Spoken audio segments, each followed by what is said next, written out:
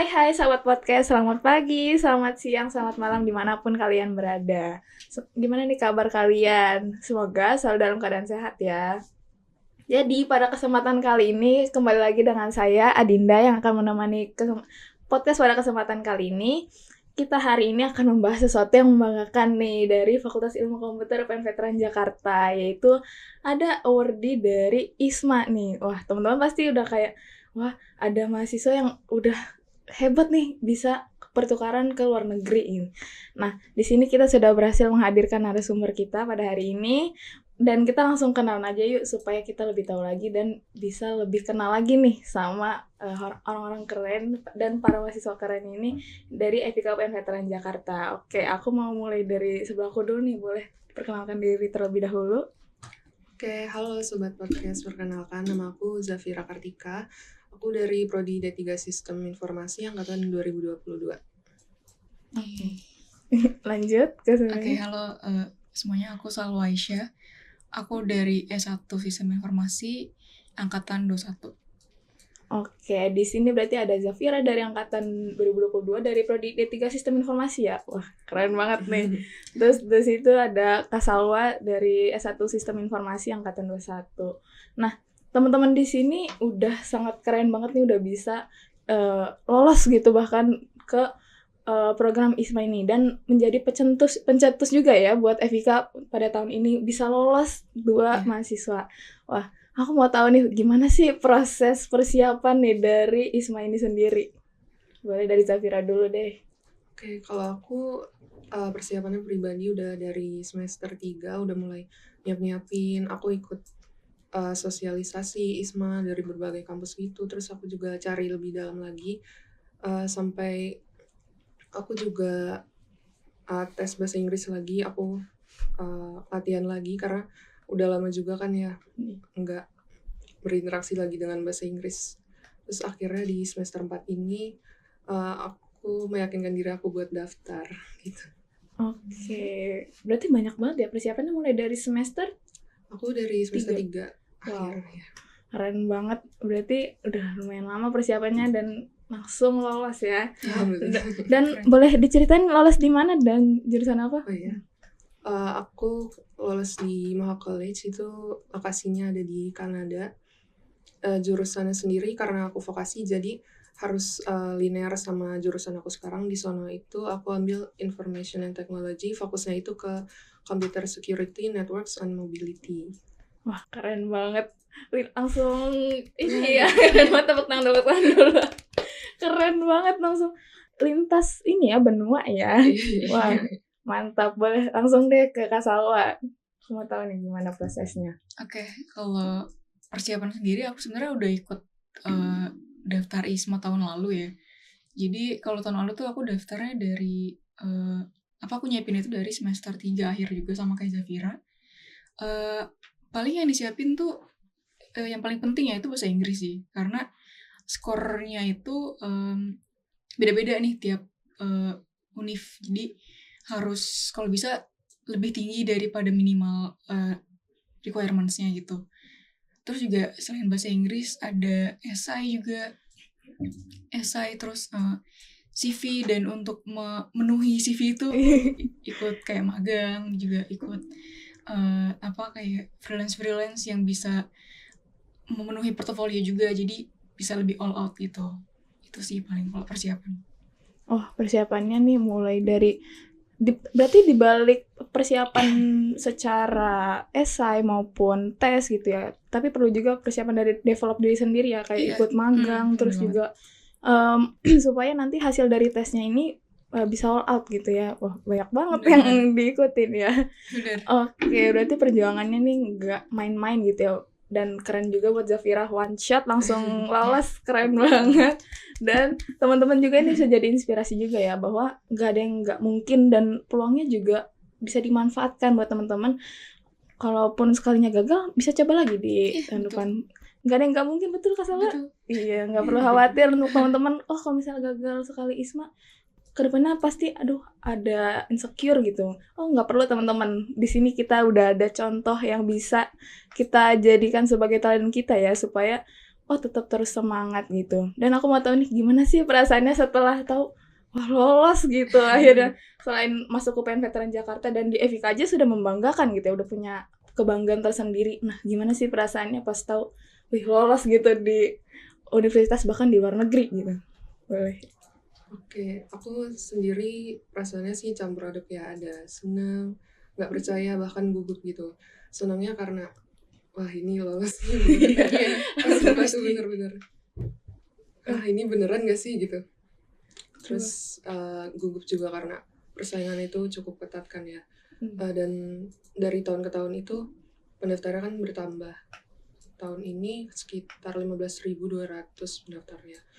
Wah, langsung merinding. 15.000 loh teman-teman. Ini mahasiswa di UPN aja ada berapa ya? Ini kita ngelawan satu Indonesia bahkan ya. Wah, keren banget. Ini berarti terbaik dari yang terbaik. Wah, tepuk tangan lagi dulu. Amin. Keren banget. Kalau dari Kak Salo sendiri gimana perasaannya waktu tahu keterima gitu? Nggak nyangka sih awalnya.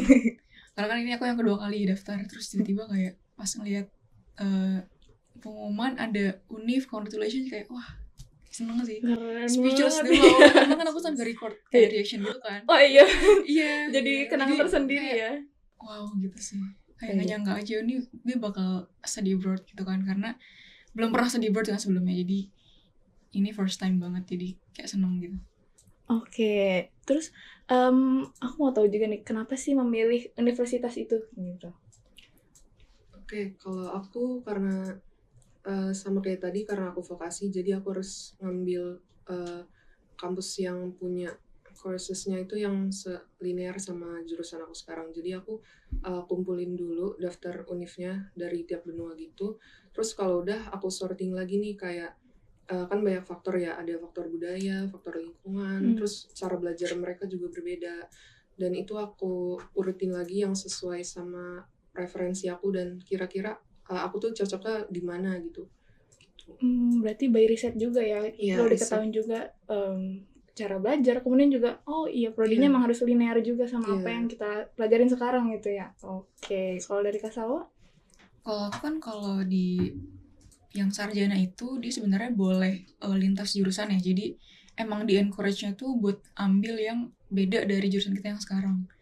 Jadi kalau aku sebenarnya nggak ada spesifik jurusan yang dimau, jadi tergantung course yang ditawarkan dari univ itu. Kalau aku sendiri itu tergantung sama course, jadi yang pertama aku consider itu adalah course-nya. Ini mana yang menarik, terus mana yang ada yang linear dikit-dikit lah gitu sama jurusan aku yang sekarang, terus juga sama yang sistem ujiannya kayak gimana nih kalau di univ ini gimana gitu.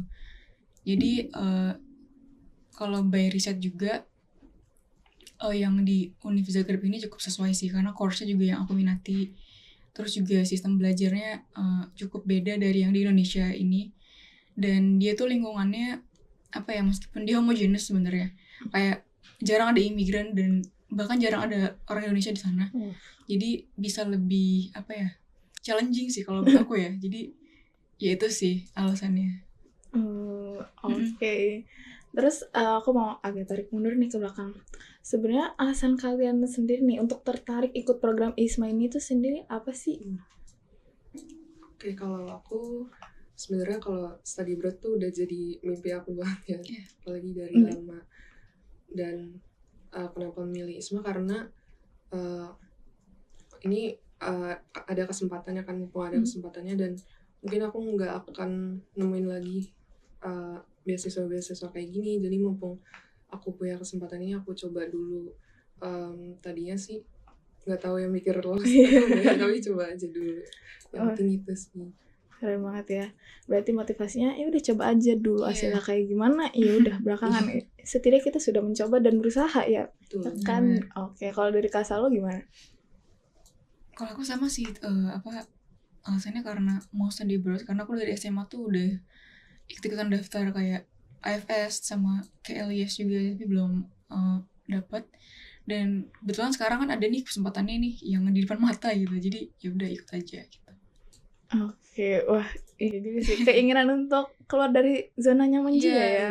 Benar. Dan juga kan kalau misalnya belajar di Indo sama di luar kan beda banget ya. Iya betul banget ya berarti. Iya, sistemnya beda, terus juga lingkungannya beda, dan cara belajarnya juga beda. Jadi pengen ngerasain aja gitu, biar bisa lebih open minded. Iya, ya explore gitu. diri sendiri Iya. juga ya. Jadi apa yang nanti kalian bawa dari di sana gitu bisa berdampak baik juga di sini dan bisa diterapkan juga gitu pada masyarakat luas. Nah, aku juga mau tahu nih apa aja sih persyaratan dari ISMA kan kalau mungkin ada perbedaan gitu di antara kalian gitu. Nah, boleh diceritain. Kalau aku syaratnya sebenarnya masih yang umum aja sih, kayak sertifikat bahasa Inggris, terus transkrip nilai juga dalam bahasa Inggris, esai, dokumen-dokumen pendukung lainnya kayak pernyataan orang tua, pernyataan kaprodi, terus ada surat ini juga ya, yang dari KUI gitu ya, Iya, kayak nomlet gitu. nomination letter ya. Oh, kalau misalnya Kak Salu sama juga ya? Iya, kurang lebih sama. Cuma kalau kita tuh bedanya di esai sih, karena kan pertanyaannya beda. Kalau di vokasi sama sarjana itu. Kalau di aku tuh ada tambahan, sebenarnya soalnya sama, cuma ada tambahan kalau aku harus menambahkan kayak industrial experience gitu karena kan vokasi. Oh iya. Iya. Nah, jadi inspirasi juga kan teman-teman, apa aja nih yang bisa disiapin dari sekarang, apa yang bisa dicicil, kita cicil sekarang gitu. Karena udah ada contohnya dari program vokasi dan juga program sarjana gitu. Oke. Terus juga aku juga pengen teman-teman titip pesan nih buat teman-teman mahasiswa yang lain supaya semangat juga ikut program ISMA gitu, atau bahkan kayak wah jadi terinspirasi juga untuk oh ya udah banyak nih kesempatannya dan terbuka luas juga gitu kan. Jangan terlalu mikirin bagaimana rivalnya satu Indonesia, tapi gimana kita sebagai diri sendiri explore dulu nih, punya kemauan, dan insya Allah kalau misalnya kita punya kemauan yang tulus, yang baik, pasti ada jalan. Nah, aku mau teman-teman kirim pesan juga buat teman-teman mahasiswa yang lain untuk dari kalian gimana sih supaya semangat juga gitu ikut ISMA. Oke, buat teman-teman yang lain, aku mengencourage banget teman-teman untuk mencoba aja dulu dan keluar dari zona nyaman. Apalagi untuk ikut ISMA, harapan aku sih semoga kedepannya banyak lagi mahasiswa-mahasiswi dari FIK yang bisa jadi awardee di tahun-tahun berikutnya, dan semoga lebih banyak lagi prestasi di FIK. Amin. Mantap ya, semoga makin banyak awardee di tahun-tahun yang akan mendatang dengan universitas-universitas yang lain juga di negara-negara lain juga gitu. Oke, terima kasih Zafira. Terus juga buat Kak Salo. Kalau dari aku buat yang mau ikut ISMA ntar tahun depan, persiapin bahasa Inggris sih, itu yang paling penting dulu buat dasarnya. Terus juga jangan ragu-ragu buat daftar, kayak coba aja gitu. Kalau misalnya emang ada kesulitan, aku sama Zafira mungkin kita bisa bantu kayak buat proofread esai kalian atau buat kayak nanya-nanya, mentoring segala macam, itu boleh banget, tinggal hubungi aja. Dan jangan takut gagal ya guys, karena aku sendiri aja, aku kedua kali aku baru dapet ya. Jadi don't forget that second times is a charm sometimes. Mantap. Yeah, Jangan khawatir ya, mau berapa kali nyoba juga kan nyoba gratis ya. Tinggal usahanya aja kan. Iya betul. Nah, ada nggak sih target capaian kalian gitu ketika kalian nanti belajar di sana gitu? Oke, target aku semoga dengan mengikuti ISMA ini aku bisa lebih berkontribusi lagi, terutama di bidang aku di ilmu komputer. Semoga aku bisa memperdalam lagi dengan kursus yang ditawarkan sama mereka dan juga fasilitas yang diberikan oleh mereka. Semoga aku bisa mendapat itu ilmunya dan aku terapkan lagi di sini. Amin, semoga bisa jadi programmer handal ya di kampusnya. Amin. Oke, kalau dari Kak Salo sendiri apa nih target capaiannya? Kalau aku yang pertama dari studinya dulu sih, kayak yang pasti nilai bagus, terus juga di sana benar-benar make the most of my experience di sana, kayak building connection sama orang-orang luar di sana juga.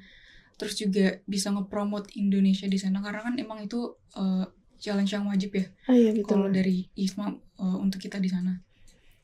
Terus juga kalau buat Univ bisa mengharumkan nama Univ juga sama FIK nih, karena wah, FIK keren baru banget kali ya. gitu kan. Jadi ya aku harap sih bisa memotivate yang lain sih buat keluar dari zona nyaman. Sebenarnya nggak cuma ISMA aja sih, kan banyak juga kesempatan. Cuma kalau di case ini ISMA bisa jadi salah satu tujuan kalian untuk memperluas perspektif dan experience kalian gitu. Keren banget gitu ya. Jadi buat teman-teman udah semakin termotivasi ya gitu bahwa kita dari FIK UPN Veteran Jakarta we can do it gitu. Kita bisa bahkan sampai ISMA, bisa sampai luar negeri, dan kita doakan juga semoga nanti buat para awardee di masa depan yang dari FIK UPN Veteran Jakarta semoga bisa lebih baik lagi dan lebih banyak lagi, dan semoga bisa membawa dampak baik juga buat FIK ke depannya. Oke, aku juga mau tahu nih, sambil cerita-cerita sedikit kali ya. Nah, kalian ini proses dari ISMA sendiri udah sampai mana sih? Kalau aku ya, kemarin lagi sibuk ini sih, pre-departure series gitu, persiapan keberangkatan, udah mulai ngurus dokumen juga. Sekarang ini lagi mau apply buat visa. Berarti sekarang lagi ngurus visa, terus juga sambil persiapan diri juga ya buat kesana, mungkin packing. Kalau dari Kak Salo sendiri? Iya sih.